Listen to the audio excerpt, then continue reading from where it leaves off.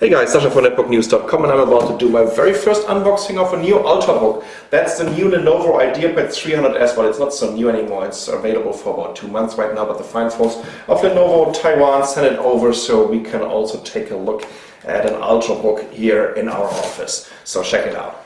Okay, here we go. I think it's started to be available in late November 2011.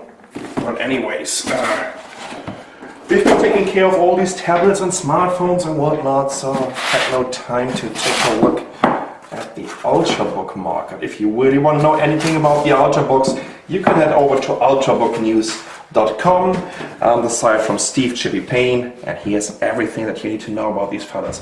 But let's take a look at this right now, and let's take a look at this 13.3-inch device. We're gonna unwrap this some later.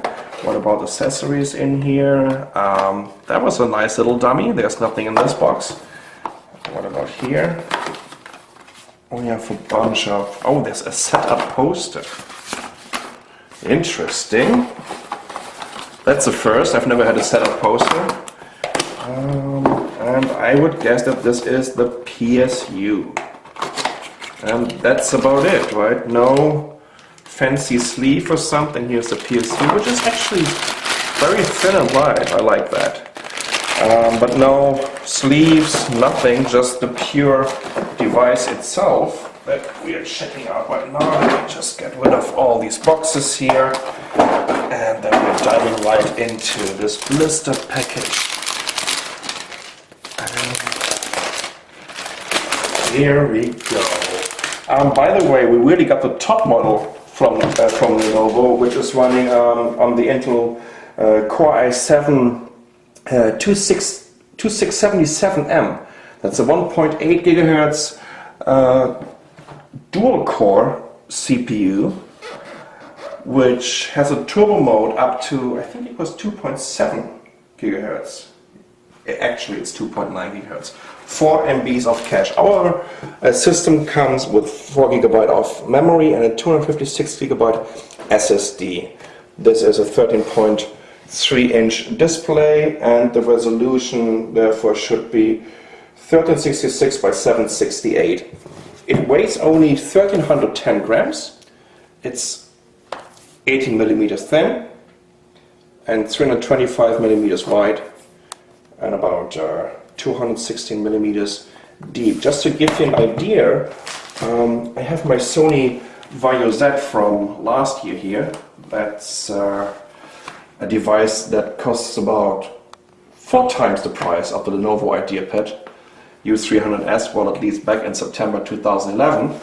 It's a little bit wider, but in terms of the thickness, as you can see, the new Ultrabook category kind of matches this fancy sub-notebook from Sony, which is slightly lighter, about 200 grams. This is 1150 grams.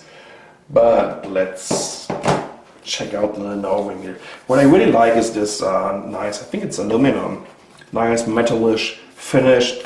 It looks very stylish. It looks actually pretty expensive. We're taking a look around the system itself. We have a connector for the PSU over here. There's an HDMI out, and the blue one over here is a USB 3.0, and we have a jack for your headset. There's pretty much nothing on the front. There's another USB 2.0 over here, and this is a little, I'm not so sure about this one. Is there another jack for a headset? And this is the biggest disadvantage of Ultrabooks. They're using the same method as Apple with their MacBook Air. That means you have a sealed battery. As soon as your battery is dying, which is going to happen for me in like 18 months, you need to chip in the whole platform, and they need to replace it then. So you immediately notice this nice little glossy screen, which is definitely a decent mirror. A huge trackpad, huge wide trackpad with integrated mouse buttons. Physical feedback is very decent. I really like that. And again, also this reminds you of the MacBook Air. What about the keyboard? Great chiclet keyboard in this typical Lenovo style. When you're taking a look at the shape of the keys, and you see when I'm I'm just pressing on it a little bit. It's kind of bending, but just slightly.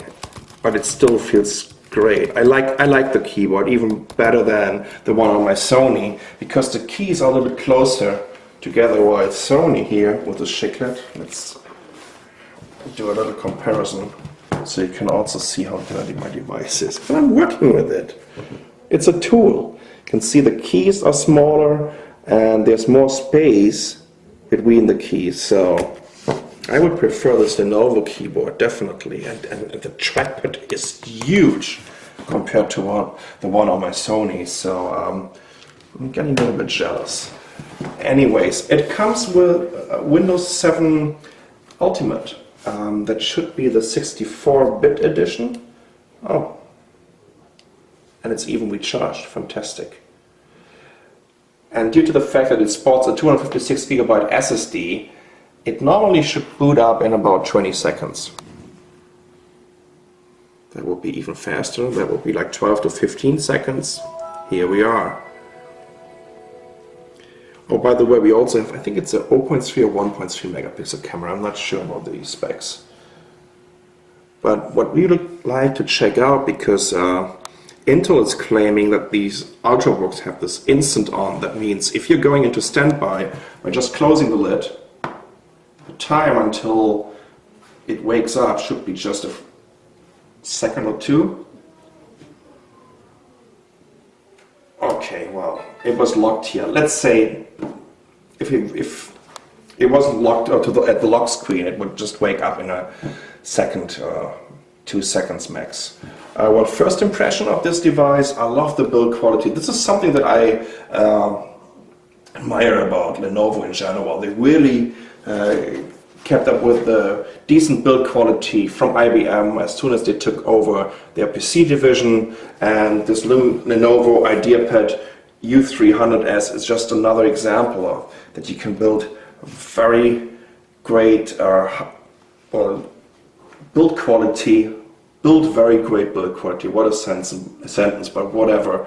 Definitely very decent build quality, a great design at quite an affordable price, because this is around $1,000 US. So that's the first impression of the new Lenovo Ideapad U300s. I'm Sasha from netbooknews.com. Thanks for watching.